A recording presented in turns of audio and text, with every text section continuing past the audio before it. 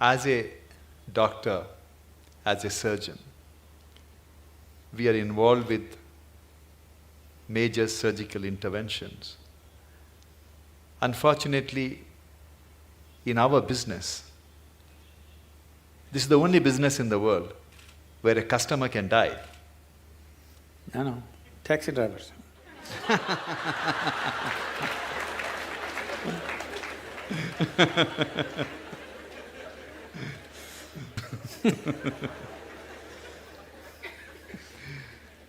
It's however much you try, Sadhguru, to dissociate ourselves.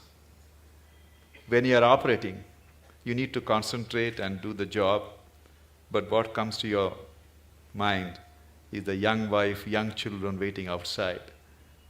The margin of error is very small, few millimeters here and there. Then you think what are the consequences on them. Then you start thinking about when you are a kid, if something happens to your father, where you would have been. We are after all human beings. We are always torn between what we do to somebody and what could have happened to our own life. It's a constant tension. How do we overcome it? I've been in this profession for more than 30 years. Still, I haven't yet mastered the art of dissociating myself from the patient's life. Yes, when you're given a certain responsibility which could determine the shape and scope of people's lives, it's a big thing to carry on one's shoulders. But the important thing is that somebody has chosen to place such a responsibility in our hands. It's a tremendous privilege if we execute it. Can we do the best? We can never do the best, but we can do the best that we can do, always with life. Is it the best? No, we are doing our best. If we lack in that, then we have a serious problem. But if we're doing our best in everything that we do, we know it is not the best, but it's our best. We have not spared anything. That's good. And above all, when you refer to yourself as a human being, after all, we are human beings. This is a big problem. This will reduce our best. That is, people are always using the word human being as a limitation, as a compulsiveness, as a small thing. We are not referring to the word or term human being as a possibility. Instead of saying we are just human beings, why don't we say we are human beings? We're great, we're doing so many things, we can replace a damn heart. Isn't it? Yes. Now, replacing a part of a machine is not a big thing. It's like this, shall I tell you a joke? It's okay. It just came to me when I saw you.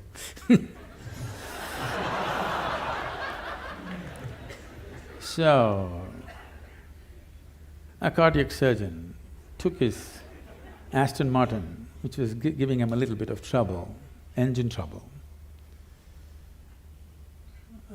to the mechanic. So he said by evening he'll have it ready. After his hospital job, he went there to pick up his car. It was not ready. The mechanic was swaggering around a little bit, and I said, "Hey doc, why is it I do the car's engines, you do people's engines? After all, a pumping thing, you know. Why is it that you earn in millions, I just make a few bucks? Come tomorrow, doc, we'll fix it." So the doctor looked at him and said, "Try to fix the engine when it's running."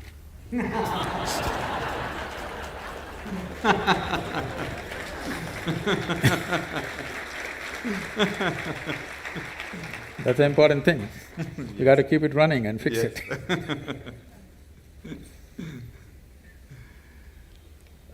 Sadhguru,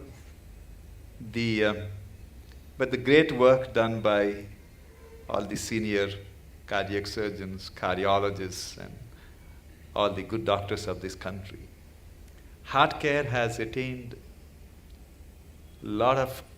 it has got a lot of confidence from the people. It's very interesting, Sadhguru, when I started my career 25 years ago, I left England 25 years ago. I started in Calcutta. If I told a patient then… Lot of heartbreak there.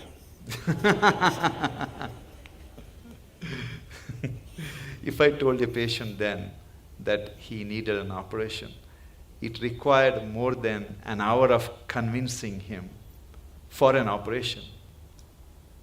But today, I face a different problem. You're standing in a line. Today, Sadhguru, when I tell a patient, after seeing all the reports, that you do not need an operation, I have to spend 1 hour to convince him why he doesn't need operation. Everyone wants heart operation, Sadhguru. Is it for romantic reasons or…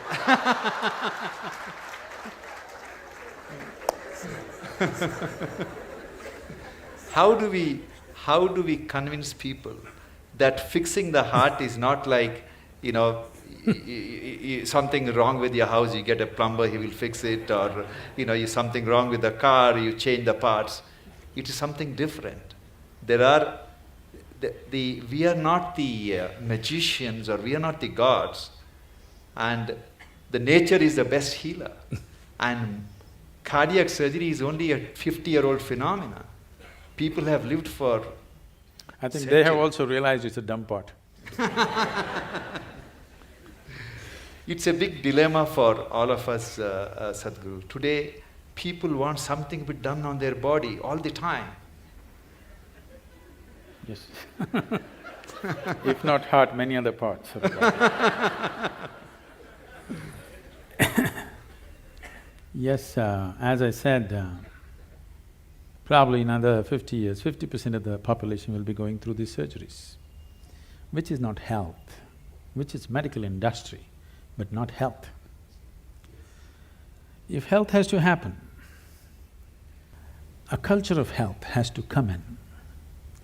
Not healthcare systems, not hospitals, not more doctors, not more surgeries, but a culture of health has to evolve. Right now, world is in a way of imitating everything that America does. They eat badly, they live badly, and they have a $3 trillion bill of healthcare. It's sinking the country, okay? It's sinking the whole nation, healthcare. We want to follow the same things. We want to dress like them, we want to eat like them, we want to live like them, and we want to get unhealthy like them, but our country cannot spend $3 trillion on you for sure, we'll let you die. Yes?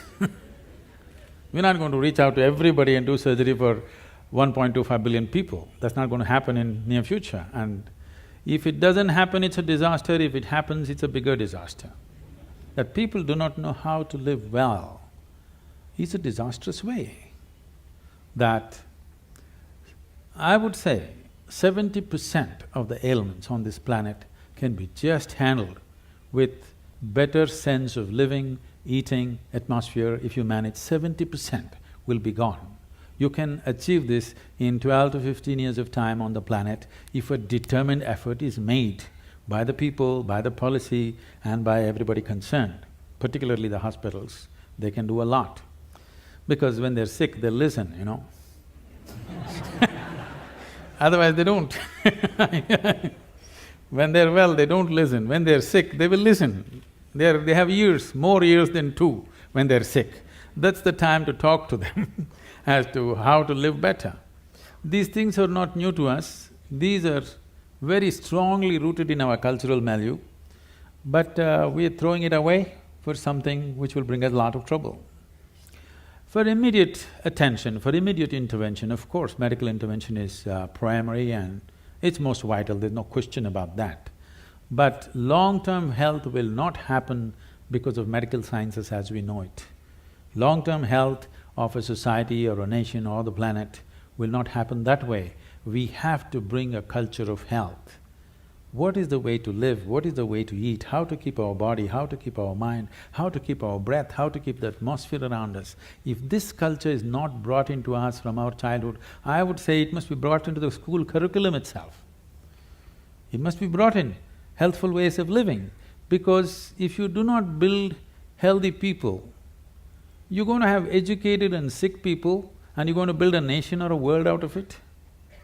With sick people, you're not going to build a great nation, you can only build a sick nation. And that is happening across the world. The major nations are suffering enormous amount of illnesses. The most affluent countries who have no nutritional problems, okay? India's half the problem are nutritional problems. Right from their childhood, they've not eaten properly. Affluent nations who have a choice of nourishment, look at the level of health issues they have. That should not exist at all. When they have choice of nourishment, they should not have, I would say, 80% of the people should not have any health issues till they die. When 20%, 25% will get something, infections will come because of close proximity, those are different. But these are all on self-help. People are on self-help to create ailments for themselves. This can be 100% taken away if we establish a culture of health, for which I think not just medical professionals, people from various other areas have to work together to make this happen. I don't see any major synergy like that right now. Small efforts are happening here and there, but that's not enough. It's good, but it's not enough. Sadhguru, majority of the people who fall sick, it's primarily because they led a life which would definitely land them in trouble. But thousands of children are born in this country, like any other part of the world, with cardiac problem, with cancer, all kinds of problems. It is not their fault. Why it happens? It shouldn't have happened. 6 million Toyota cars were withdrawn last year for defective whatever and about 9 million General Motors withdrawn for ignition problems. It's a manufacturing defect. Only problem is you can't withdraw them. Actually, nature is trying to withdraw them. We are not allowing it. There was a time we would allow the nature to withdraw. Yes? All the manufacturing defects that came, 100, 200 years ago, we would allow the nature to withdraw. By the time children are 4, only the fittest would survive, rest would go. Now we don't allow them to withdraw, so we need a whole lot of things to run the defective cars. I know I'm putting it so blatantly, but you need to understand, the physical existence is mechanical. Whether you like it or you don't like it, probably all kinds of sensitivities and emotions are there about this, my physical body. But when they come to you, you strip them down and treat them like a machine, isn't it? Complex, sophisticated, but still mechanical, isn't it? Yes. There are other aspects to it, but fundamentally mechanical. Anything mechanical, anything physical, there is never something called as perfection to it. It is a constant work in progress. You can improve it and improve it and improve it. What we call as evolutionary thing is just that.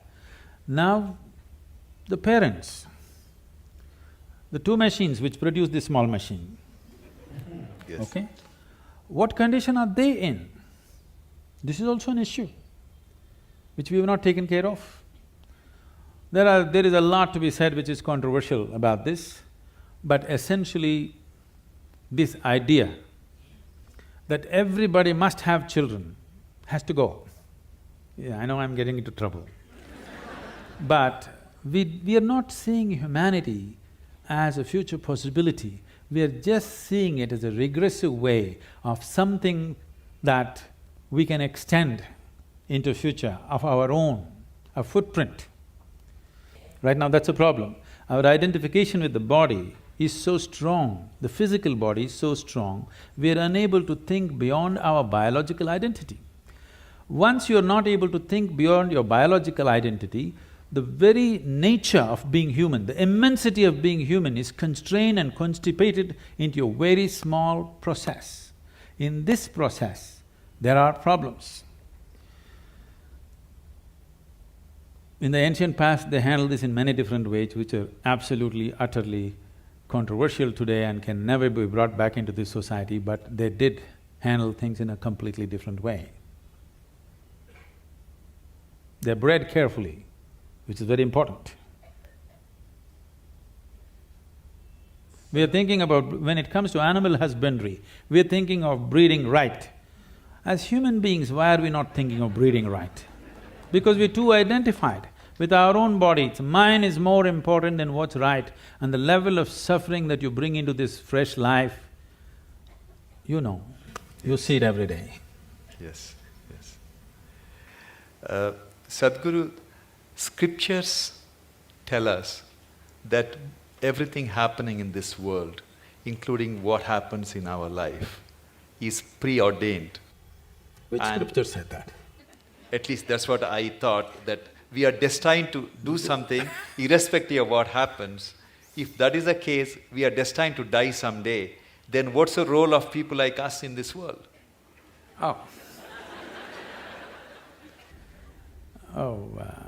We're definitely destined to die.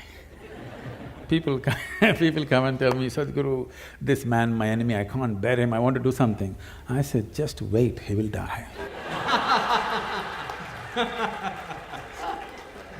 You don't have to do anything, just wait. Just be patient, that's all. So destined to die, yes. But I don't think ever any scripture has mentioned that your life is predetermined or preordained. This is an import from outside. You must understand the fundamental nature of what this culture is it's rooted in this. This is a godless culture, you must understand this. There has never been an idea of God in this country. It's an imported value, let me put this into perspective, because it upsets lots of people. We have many divine entities, many. We count some 33 million, something like that. How did all these gods come up? So, the idea, the monotheistic idea is there's a god sitting out there and doing things to you, so they believe in dictatorship, that there is somebody who determines everything. Not so in this culture. Here, there is no idea of God, but there are many divine entities. What are these entities? Generally, if you look back, the language that was used for all the deities that you have is, you're a Devi, is a yantra, always a yantra. The word yantra literally means a machine or a device or a tool. When I refer to our own yogic temples as tools, people get offended. Sadhguru, don't say that, it means more than our life. I said, if you are offended by this, you come to the ashram. I am going to give you a plumbing job to do in the ashram without tools. You must use your nails and your teeth and do plumbing in the ashram for 3 days. After 3 days, I'll give you a chain winch or a spanner. Will you worship or no? Will you worship the tool or no after having lost all your teeth? So the power of the tool is something that we always understood. We as human beings, we are who we are on this planet only because of the tools that we have created. If we did not have any tools, a dog would dominate us, isn't it? Yes or no? Yes. It's only because of the tools human beings have become who they are. So a screwdriver is a tool too, but there are subtler tools, energy tools, subjective tools, which can open up different dimensions of life. So for every dimension we create a different tool, a different possibility, because we clearly know without this tool we would never access this possibility. We bow down to it and we worship it, because without being worshipful it will not yield to you. We clearly know gods are our making. It is just that others have forgotten. So here we told you, your life is your karma. This means your life is your making. Where is the question of preordained? Such a thing never arises in this culture. Thank you, Sadhguru. But it's dangerous for a doctor to think it's preordained.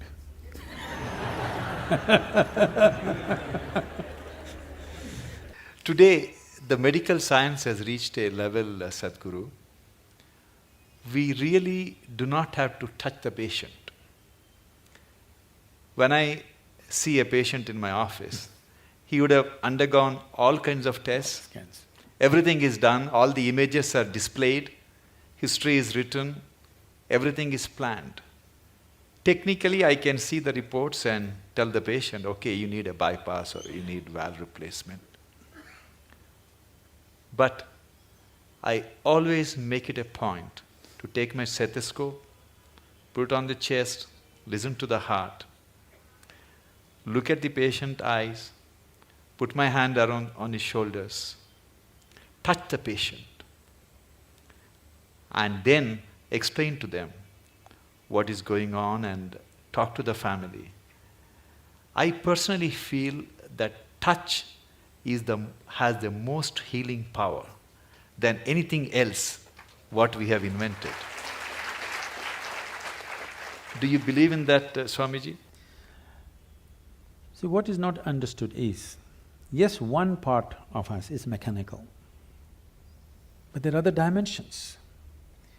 Most of the time, the mechanical part has gone wrong because we have not tended to the other dimensions. So what is lacking in their life is, their life is not touched. Not necessarily a physical touch, is just a manifestation. Essentially, their life is not touched by anything. When I say touched by anything, it need not necessarily be a relationship. You can be touched by so many things. I don't know how many of you, when was the last… how many decades ago did you watch a sunrise?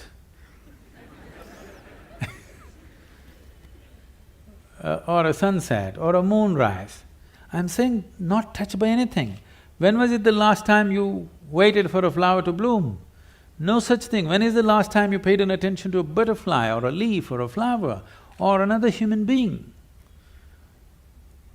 You're… of course, you don't like faces, you like the Facebook. I'm saying contact with life, whether it's human, animal, plant life, or just elements around you, just that. How many people even take a moment to even look at the food that they're going to consume with a little bit of involvement, or are they touched by it? No. So at last, either a doctor has to touch it, or in the end, undertaker will touch you. You know, somebody will touch you, things gone bad, somebody has to touch you. So, does touch have a relevance? Tremendous relevance. Touch need not always be physical, it can be in so many different ways. If you are not touched by life, you are a dying life, you are not a living life. It may happen to you after some time, but it's happening, you're in progression. Because what you call as life, even in the physical level, it's medical knowledge for everybody now. The number of cells you have is more than the number of stars in the Milky Way, okay?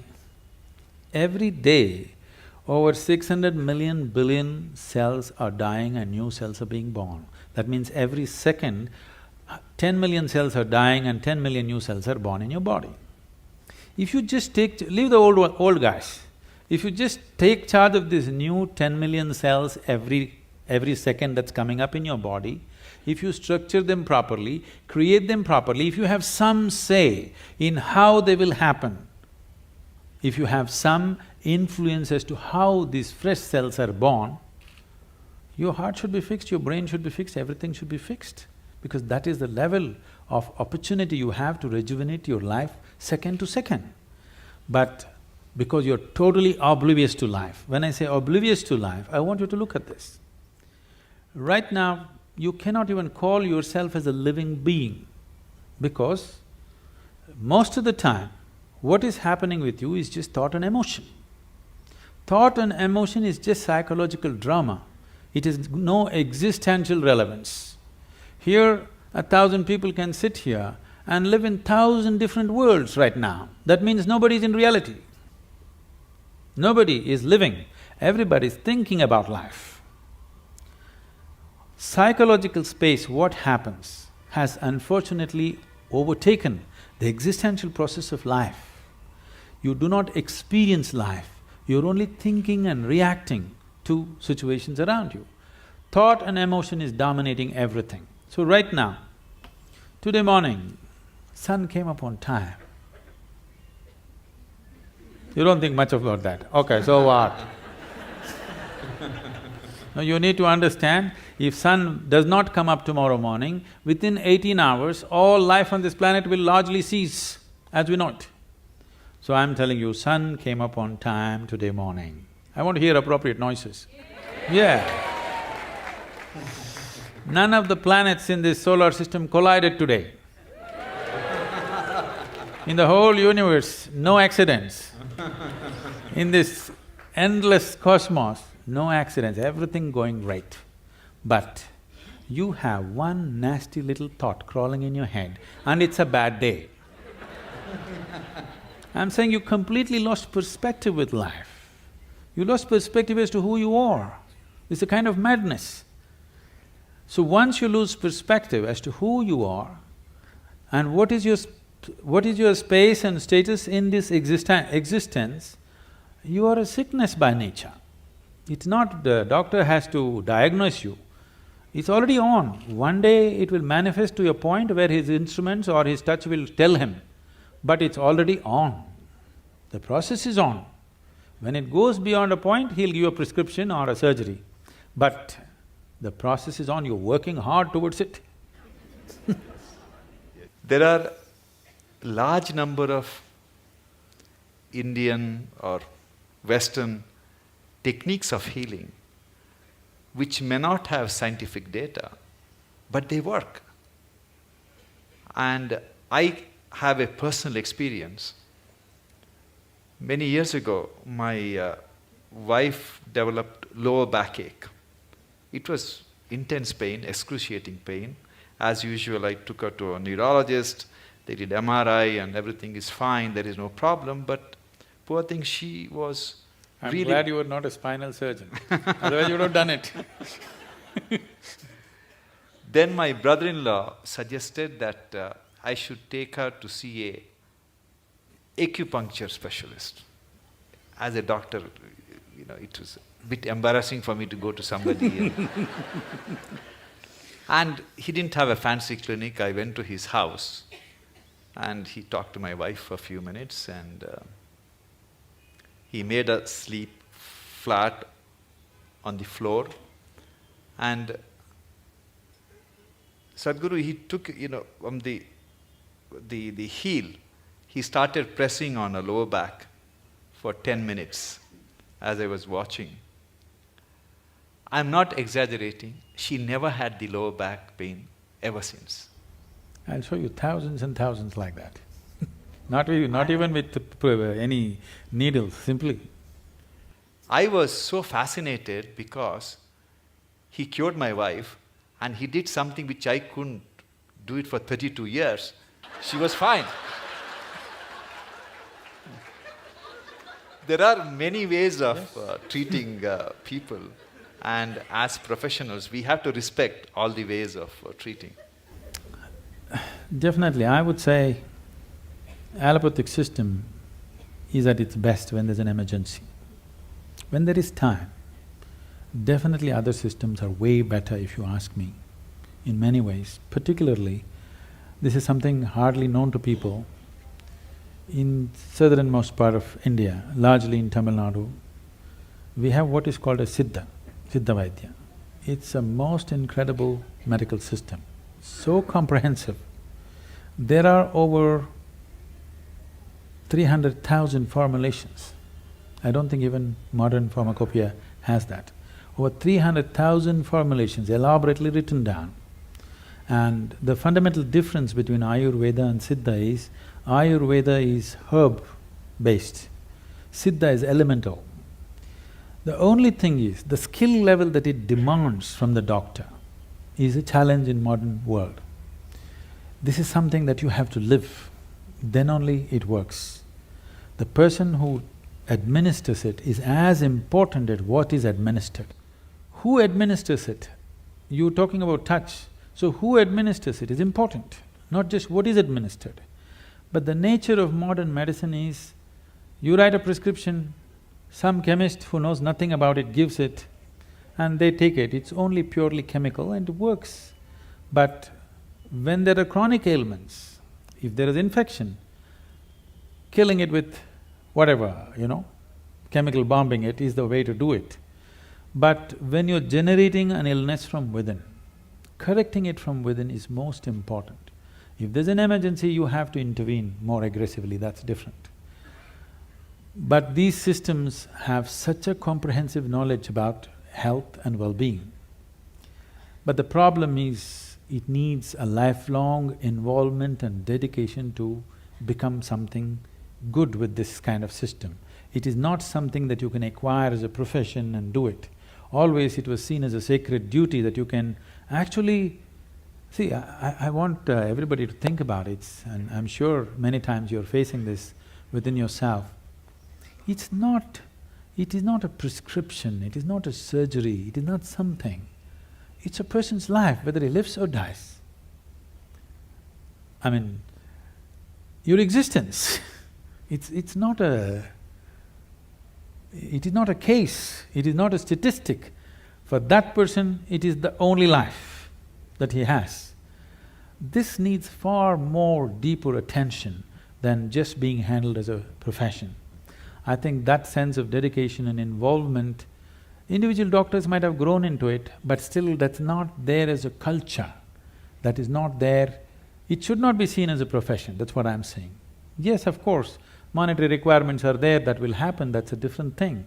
But first of all, it must be seen as a certain commitment and a certain privilege that you are able to either end or extend somebody's life is not a small privilege. Sadhguru, many years ago, when my son was a little kid, he gave me a book written by Swami Vivekananda. He was describing how ancient gurus could communicate with each other thousands of miles away just by thought. It's essentially… it's like a modern internet, how one computer can communicate with another computer in US or Europe, anywhere. Do you believe that human mind can be trained to influence another human mind or people's mind who are far away just by tuning our mind to the right frequency? Can it be trained? Can we learn that art? You're trying to beat the cell phone companies.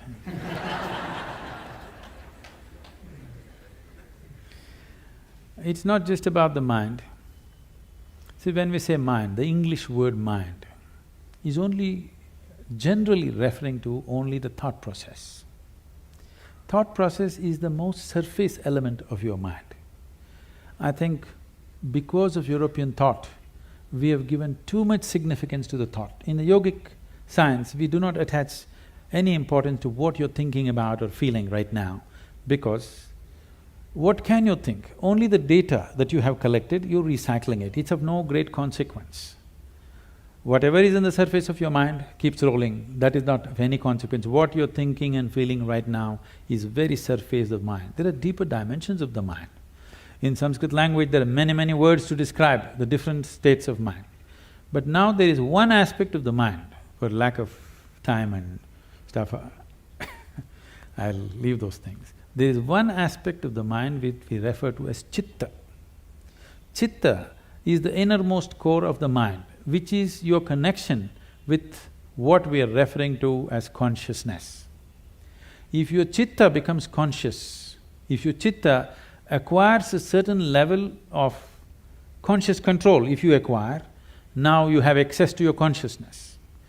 What we are referring to as consciousness is that dimension which is neither physical, nor is it electrical, nor is it electromagnetic. It is a quantum leap from physical to non-physical dimension. A non-physical dimension being the lap of the existence. It is the non-physical in whose lap the physical is happening. Physical is a small happening. In this cosmos, not even 2% or not even 1% is physical, rest is non-physical. This non-physical dimension, in the yogic terminology, we use a specific sound which is connected with that dimension. Today it's all very highly distorted. We call this Shiva. That means that which is not. When we say Shiva, we are not referring to some man sitting up there. We are talking about a dimension which is not, but it is in the lap of this dimension, everything that is happens. So if your chitta becomes even mildly conscious, your ability to not only communicate an idea or a thought, even to deliver something is possible. Physically deliver something is possible. So, is it a possibility? Definitely it is. Right now, can we teach it to all these people? In theory, yes. But are they willing to work towards it? That's a question mark. One big problem is, our education systems are such, we have glorified our thought to such a place. First, to bring that down itself will take time. To make them understand the stupidity of their thought, it will take a whole lot of time. Because everybody thinks they're smart, but actually the smartest thing about most people is their phone.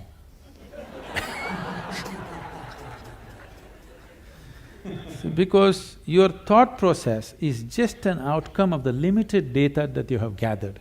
It doesn't matter if I have read the libraries of the world, still it is too limited compared to what it is, what the creation is. With all the scientific development, we still do not know how a leaf really works. We do not know how a single atom in its entirety we do not know with all the scientific exploration. So that should be humbling enough for everybody to know that we know how to use things, but we do not know what it is. It will take lifetime of attention to even grasp the fundamentals of what it is. So if people are willing to first of all understand, like the whims of their heart, you just dismissed as dumb, okay? If they also understand the so-called smartness of their thought process and emotion is quite dumb, now it becomes easy. It becomes easy to train people that communication it's not like, now I want to generate this thought and give it to you, not like that. Things will happen to you before you think. What is best for you will simply happen to you even before you articulate in your mind. You don't have to ever think what you want to become, how you want to be. Life will just arrange itself. An intelligence beyond what you can contain in this bone box starts working for you, and it'll work. You've heard of Ramanujam and others, just opened a window with their Devi, and he becomes that kind of a mathematician, which is, even today after 1 century, they're still trying to figure out what he said. And the mathematical calculations that he gave is the backbone for describing the black holes in the universe. When he was there was no word called black hole, nobody knew there is such a thing. When we say black hole, what we are talking about is the curve of time and gravity, which is something modern science is battling with. He made mathematical background for that. As the curve increases, what is in existence, physical existence, becomes non-existence. So this is what it is when we say yoga. You reduce the curve in such a way that what is largely physical becomes non-physical. Once it's non-physical, time and space is not an issue. Once time and space is not an issue, communication is simply there.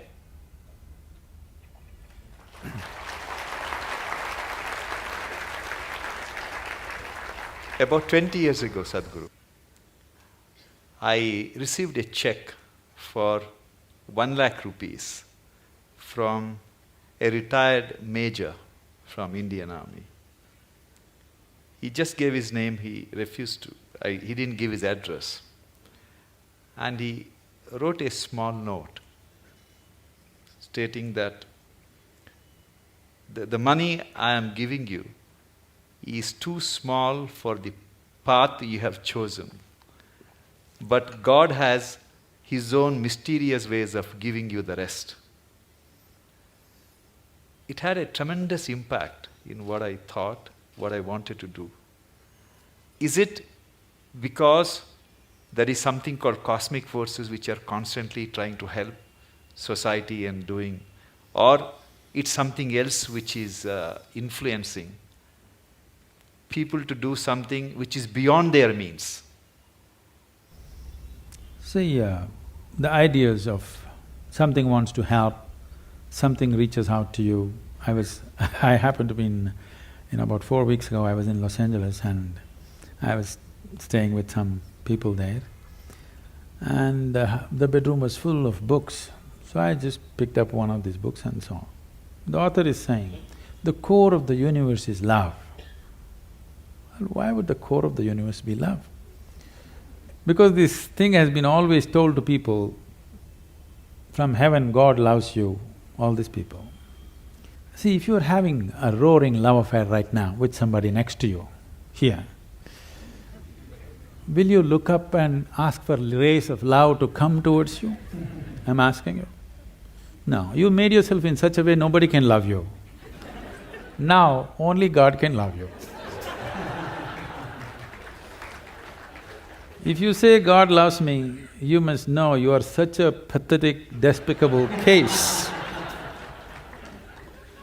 If you made yourself in such a way nobody can help loving you, you are a wonderful human being, isn't it? So we need to understand, there is something called human thought and emotion, human needs, of emotional needs of love, care, touch, this. The cosmos, or what you're referring to as the source of creation or divine, or if you want to use the word God, because God personifies thing, we will refuse to use that word. Let us say whatever is the source of creation, which we are referring to as God generally by religious this thing. Essentially, it is just an intelligence which is simply exploding into everything possible. If you're in rhythm with it, you will rise. If you're not in rhythm with it, it'll crush you. It has no love, it has no compassion, it has no intention of helping you, it has no intent of harming you, it has no nothing. If you understand the forces and ride it, you have a fantastic life. If you do not understand, it'll crush you. You've seen people doing surfboarding on the waves in the ocean. It is such a magical thing, just riding the waves. But if you don't do it right, if you go into the waves, it's like being in a concrete mixer, it'll just do that and it'll kill you. So one rides the wave, another gets crushed by the wave, that is all that's happening. The rest is all human interpretations. This is the first thing we have to stop, that we do not extend our thought and emotion to the existence. This is relevant between you and me. This is relevant between you and your family members. You love them, I love you, you love me, all this fine. Don't look up at the sky and say, I love you. It will not say, I love you back, because it has no such need. It's pure existence. This is what you have to become. If you sit here, you are a complete existence by yourself. This is a full-fledged life. It does not need anything from anybody. It has everything. It is connected with everything in the universe. It does not need anything. But we want to play our games, okay, we can do all this stuff, but you need to understand right now, we are trying to extend our compulsions to the whole creation. It doesn't work like that. Existence is not trying to help you. You may be in tune with it, bingo, you are. Whether you got in tune with it consciously or unconsciously, somehow you got in tune. That's why Shankara said, yogaratova bhogaratava. That means somehow you do it, I don't care.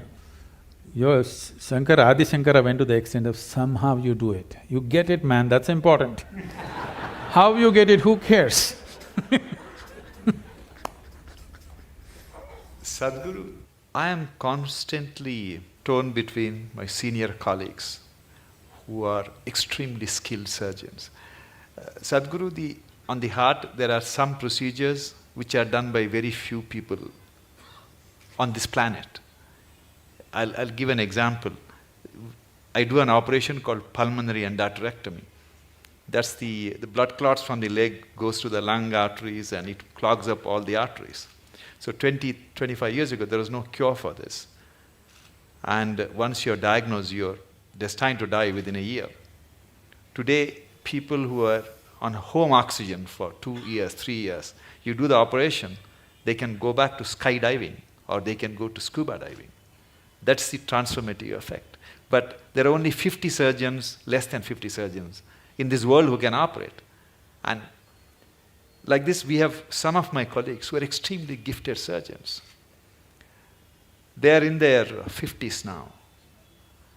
And some of them are constantly talking about retirement. Especially one surgeon who is an extremely gifted surgeon who can fix any damaged valve. He is single, he has no other commitments. Every other day he talks about going to Benares or somewhere and retire. And I keep telling him that God didn't create him to retire and meditate. He has to be fixing all these problems.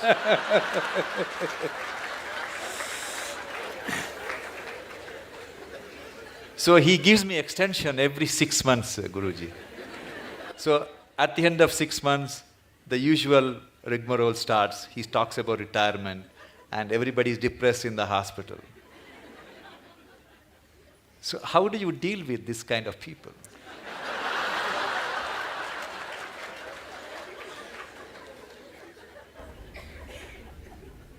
You must give him a 1-year sabbatical with me. Yes, because the need or the idea of retirement enters anybody's mind because of the monotony of what they're doing, whatever it may be. Somebody else may think it's a great thing, but in your experience, somewhere it's becoming monotonous or stagnant. Stagnation is one thing that human intelligence and human system cannot take, and most of the ailments are because of stagnation of life. They may be getting their, once in 3 years promotion, they may be making a little more money, all these things may be happening. But somewhere experientially there is a stagnation, which could be a major cause for many of the complex ailments that people manufacture within their systems. The more complex they get, you try to create more talented surgeons. I'm saying we are manufacturing the problems, we are trying to manufacture a solution. I think as we offer solutions, people who have already gotten into problems, they need solution. But it's very important that we teach people how not to create these problems, so that instead of 50, you have to produce 5,000 expert surgeons to attend to all these people who are on self-help to illness. So I would say a surgeon who has a certain competence and who has worked through his life, if he wants to explore something of his own nature, that would be the greatest thing to do, because he's not a man without commitment, not competence. When competence and commitment is there, you should not run him through the rigmarole and destroy that possibility. It's important that he explores something of his own nature, which will make him… we don't know what he'll come up with. You cannot even estimate what he may come up with. I think a sabbatical is good. He may come up with something that you've not thought possible. I will convey your message, Sadhguru. I'm sure he's watching this program. Sadhguru, I believe that talent is something which is grossly exaggerated in success. When I was in medical school, I used to teach martial art. That was my passion. And every time a Bruce Lee's movie was released, all these school kids would come and join in hordes to martial arts schools. We used to call it Bruce Lee phenomenon. They're gone after 2 weeks. Yes.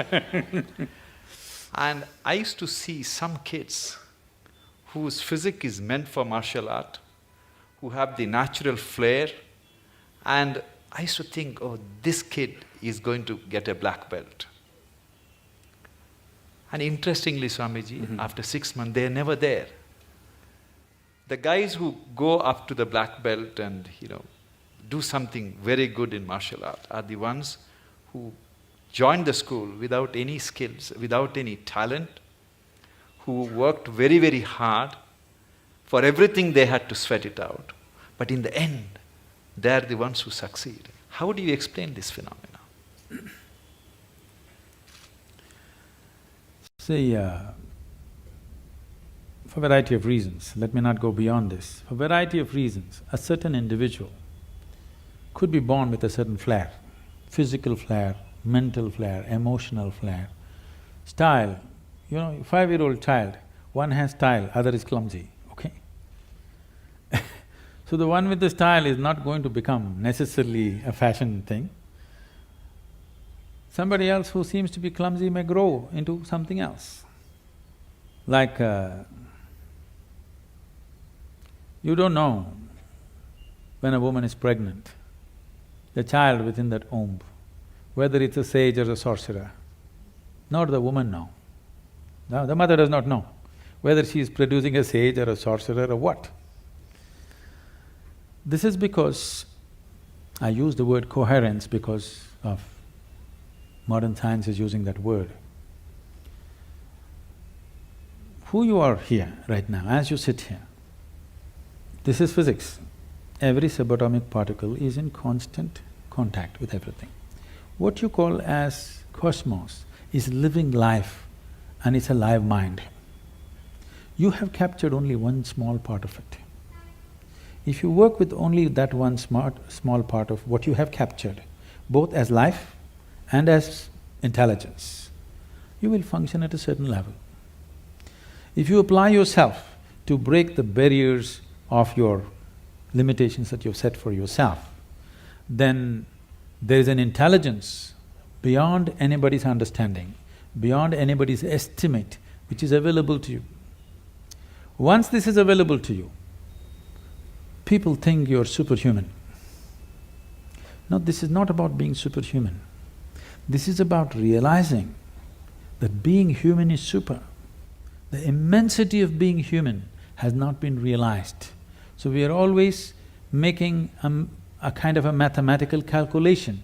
Okay, if this person has this much IQ, maybe this is what he will become. This is what Newton's law, that everything that moves on this planet works to a mathematical precision or a geometric precision. That is, if you take a pendulum, the length of the pendulum will decide how it will swing.